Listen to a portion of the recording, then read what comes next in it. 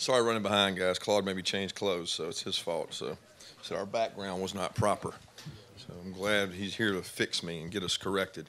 I'm excited, obviously, to get started this spring practice. I've learned a saying a long time ago: change is inevitable, but growth is optional. And I think that's a great mantra for this team. Everybody wants to talk about the guys that left, and I'm certainly excited about those guys getting their last chance to showcase tomorrow at our pro day.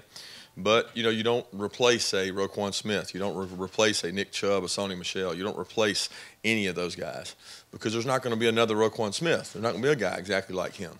So each one of our players has to create an identity for themselves. This team has to create a new identity for itself. And I think every time you change one player or 10 players or 25 players on a team, the team changes. And there's a lot of questions about this team, and that's what I'm excited about, the challenge of finding the personalities on this team that will lead the right way, the personalities on this team that will challenge the other guys. A lot of that has already started in the off-season program. Guys challenging each other, pushing each other, and we're not going to get where we want to go if we don't have great leadership. I can promise you that. And that's the biggest question about this team is who are going to be the leaders, who are going to be the guys that demand a lot of each other. It's not talent alone. You don't win the SEC, you don't play in the Rose Bowl with talent alone. You got to have great leadership, and that's where we've got to really improve. We've had some guys add some weight. We've had some guys lose some weight, and probably more of the losing than the adding, and I'm excited to see where they are and let them go out and do some things without coaches standing over them. We have had the luxury of being able to walk through more this offseason than we've ever done with new NCAA rules. It's allowed us to walk through. And I think the last group that was here started and kind of created a new standard, and now it's a matter of whether this new group can withhold that standard and hold people to the same level of excellence that we want to have. We're excited, again, going into the spring. We'll have a lot of position battles. I'm sure you guys got 1,000 questions that you want to ask. But for me, there's competition at every position. You know that, and we talk about it all the time. Our kids in this room know that. There'll be changes on the depth chart throughout. There'll be tough competitions. What we're trying to do is get every guy on our team to play better. It's not about who we play next year. Right now we're worried about us. A couple off-season injury notes just to mention. Both Sean Fogarty and Justin Schaefer will be out for spring with knee surgeries for the off season. They're fine. They'll be back in full go, but they will not be out. They will not be out there practicing for the spring. Obviously, Zamir White having the ACL surgery, he will not be out there performing in the spring. He's progressing very well. He'll be able to do some things, walk through and moving around, but he won't be in full contact drills. And we're excited about those guys getting back out there to help us, but they won't be available for spring practice. With that, I'll open it up for questions and let y'all kind of lead it where you want to go. Coach, I just want to start off by asking about your assistant coach and some new roles some guys will be playing, particularly Coach Coley, going from wide receivers coach, quarterbacks coach, and adding a co-offensive coordinator for his title. Kind of what went into the thinking with that? Yeah, I think Coley's done a tremendous job for us as a coach. He did a tremendous job with the receivers, very knowledgeable. He's a guy that's been a coordinator before. He's worked with quarterbacks. He's had success working with quarterbacks in his history, and that's something that I thought was a good move for our program. So he'll be co-offensive coordinator. He'll work with the quarterbacks. Cortez Hankton, who we hired, will be working with our receivers. Coach Chaney will continue to be the offensive coordinator, call the plays, and he'll also be working with the tight end position. So none of that's really changed. For us, the ability to add the 10th coach and have Scott Fountain working with our special teams excites me. I thought Scott did a tremendous job last year working with our coaches and helping us in that regard and brought us some kind of momentum plays in special teams. So with that change, I think defensively the only change we have obviously is Coach Lanning, which I've worked with him before, so there's less change there. A little more change on the offensive side, but it's really more of an input and everybody working together and pulling in the same direction. Coach, I was going to ask you about the offensive staff as well. So I'll ask you that, and then I'll ask this. Just do you feel like there's any level of risk on that? Obviously, you guys did a good job offensively last year to shuffle things up. It was just a matter of trying to make all the pieces fit. And secondly, I just want to see if you've what you've seen from Justin Fields, what your observations have been of him so far. Yeah, level of risk. I think if you continue to do the same things you've always done, you'll get the same results, usually guaranteed. And we're always trying to get better. I'm not accepting and saying where we were is good enough by any means. I think that you can always look at yourself and say, how can I improve? I think we improved our staff tremendously by retaining one of our best recruiters and best coaches in James Coley, while also bringing a unbelievable personality and great background in Cortez Hankton, who's coached in our league, knows our league, has recruited in our league, and all we want to do is make our staff better. And that's the ultimate goal, is to improve each year, and that's what I think we've been able to do. So I'm excited about that. As far as Justin Fields, he's done a tremendous job in the off-season workouts. He is a competitor. He competes every day. He's first in line trying to compete with every guy at his position. From a football standpoint, we haven't been able to see a whole lot because we haven't been able to do a whole lot. But he's a very bright kid, and I'm excited to go see him practice. Kirby, I want to ask you about Sam Madden. He's a guy that we haven't talked about much, and is he still with you guys? There've been kind of some fodder that he might have decided to move on, and I wanted to check and see if he was still with the team, and also want to check on David Marshall. I know I saw him personally earlier this spring, and he seemed to be kind of dealing with an injury as well. Yeah, David's had a thumb injury he had surgery with, but he should be casted up, ready to go. As far as Sam goes, as far as I know right now, Sam's still with the team.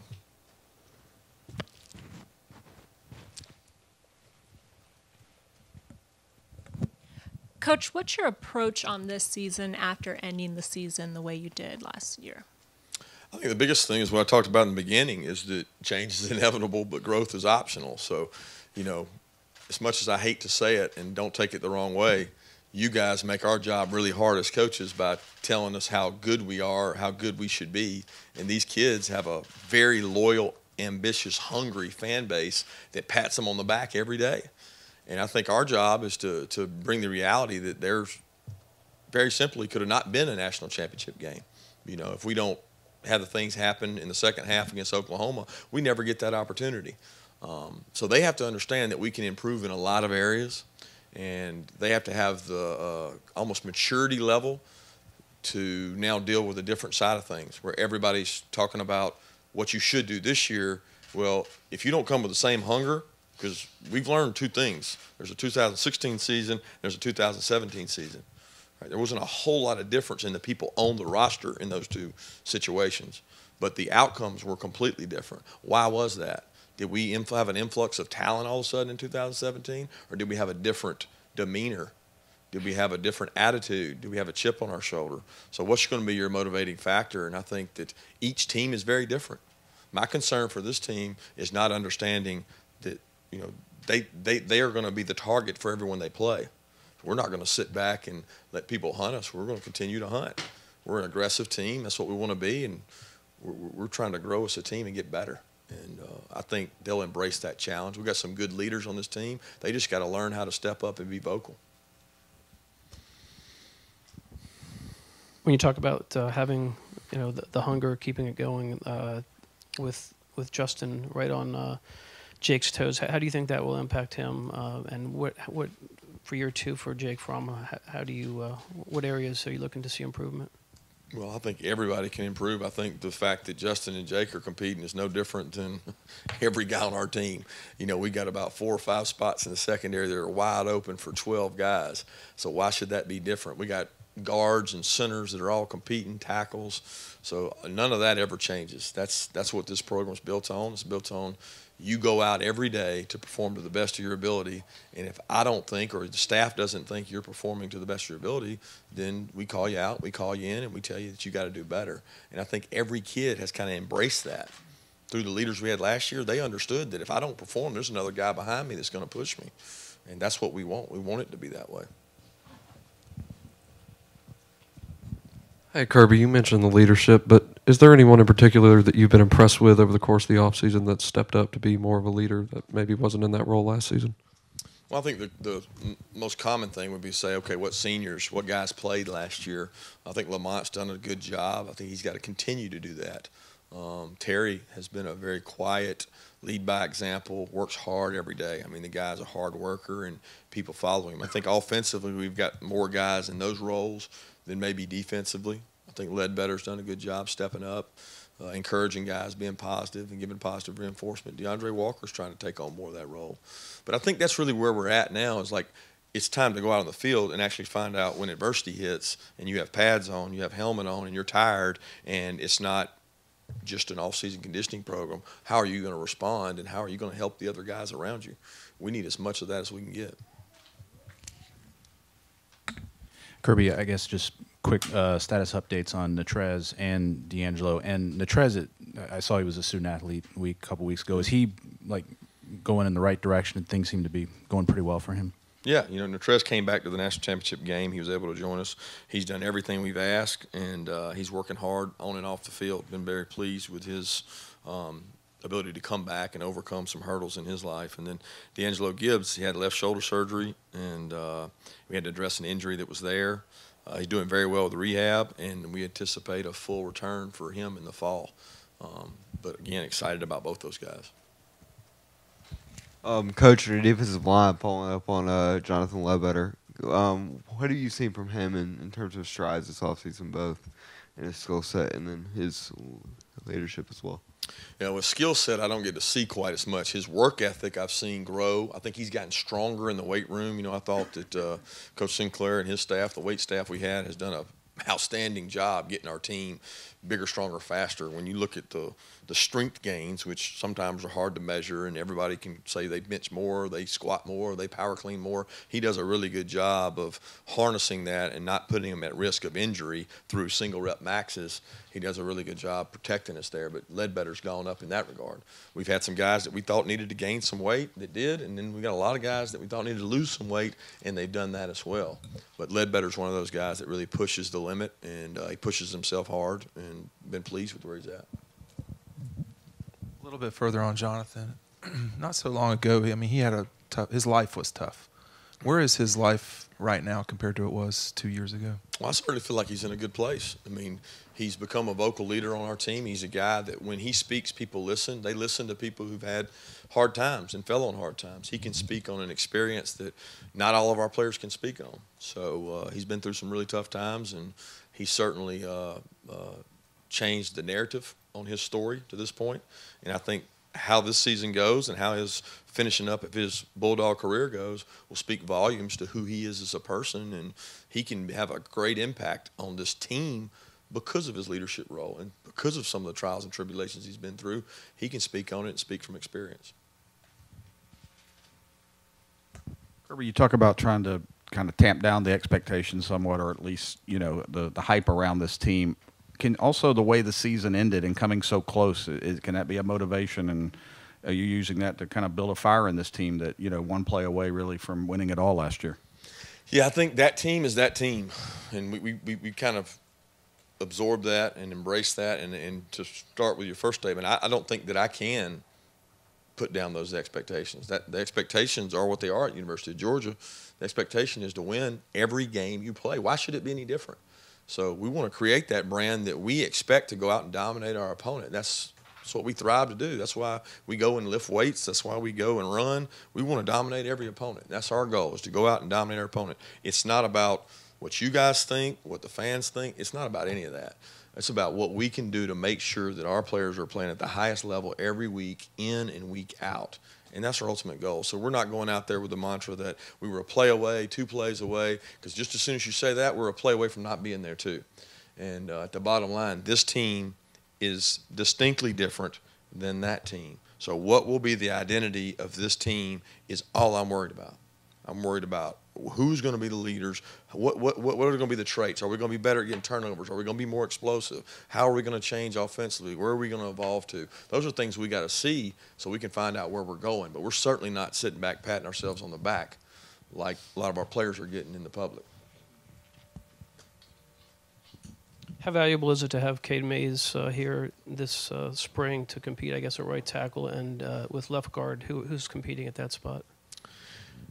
Well, it's valuable to have every one of those guys. Don't you think it's valuable to have Justin Fields here and competing, and Devad Wilson? At a position we lost, seemed like 10 DBs left. They had played forever. So now we've got a guy to come in and compete. Trey Hill, I'm excited to see him compete. Warren Erickson. Here's a guy that's going to come in here, Kieris Jackson. I mean, every one of those guys I'm excited to have. Zamir, can he learn and get blitz pickups? Can he grow as a player without actually practicing? So I'm super excited about every one of those. There's a competition at every single position out there. So I've not singled out a position like you guys like to do and say, well, they lost these outside backers. We're going to have this great outside backer battle. We're going to have a battle at every single position, and that's called recruiting. It's called depth. I mean, I'd love nothing more than to see Warren Erickson and Trey Hill pushing Lamont Gaillard. Because y'all have already given Lamont the starting job. I mean, every article I read, he's just going to start because he started last year. Kendall Baker, he's got his spot. So if they go out there thinking that, I would be disappointed in them. Because I think if you ask them, they understand that I better be one of the best 5 or I won't be starting. Well, to go to another position question, at running back, obviously Nick and Sony did so much for you guys. How excited are you to see DeAndre, Brian, and Elijah kind of get some spring work at that spot? Well, the great thing is we got to see 2 of those guys get a ton of work last year in the spring, where you guys might not have got to see them get a ton of work because you saw the 2 studs out there carrying it all the time. We got to see a lot of that. So we get to see DeAndre jump into that battle, that fray with those 2. We get to find out a lot about who's going to be the competitor on special teams, who can replace 127 snaps Sony took on special teams. Because right now, none of those 3 have stepped up to the plate to say I can be as valuable a special teamer as Sony was. Nick Chubb took every single rep last spring in special teams in 2 different phases. Now, we didn't use him in the season because we didn't have to. But who of those 3 is going to say, I can lead this spot, I can contribute on special teams, I can do every pickup right, I can protect the ball right, and I can go out and affect the rest of the team by the energy and attitude I practice with. That's what I want to see. I want to see which one of them is going to go to class the most, which one's going to have the highest GPA, because there's a great battle there, and we can certainly use all 3 of them, and hopefully we'll get to use Zamir and James Cook as well when they're healthy and they can go. Got time for 2 more questions? Kirby, talk about wanting to still hunt even while having the target on your back. How do you use that mindset as coaches in spring practice this year versus last year when you're trying to, I guess, elevate the team? We were hunting last year. Last year, we're trying to get the team to have that target on their back, I guess. Now, I'm not ever trying to get the target on my back. I don't think that's the right approach. Now, mentality-wise, we don't go around saying, let's go get this target on our back. We're target practice. It's the same thing I told you after South Carolina. Everybody's like, why in the hell would you onside kick against South Carolina? We're doing aggressive things that we think are right. So we're doing the same thing right now that we did last year. Every coach on our staff, we did a quality control of what we did well, what we did poorly. What can we improve on? We sat in here yesterday with 130 players, and we said last year on the composite special teams rankings, we were dead last. So our goal in the spring was to move. Fall camp, move. Perform on the field. We moved. We moved to composite first, second, depending on how you look at it. So now are we going to not talk about special teams anymore?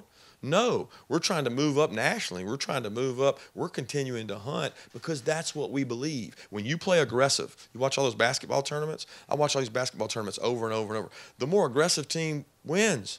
Team that's playing aggressive. It's not. I'm not going out here not to lose. Going out there to play aggressive. So we'll continue to do that by how we practice because the offense is going to go against the defense. The left guard is going to go against the right guard. The left receiver is going to go against the right cornerback, and we're going to be aggressive. We're not going to go out there to sit back and say, what is somebody else doing? We're worried about us.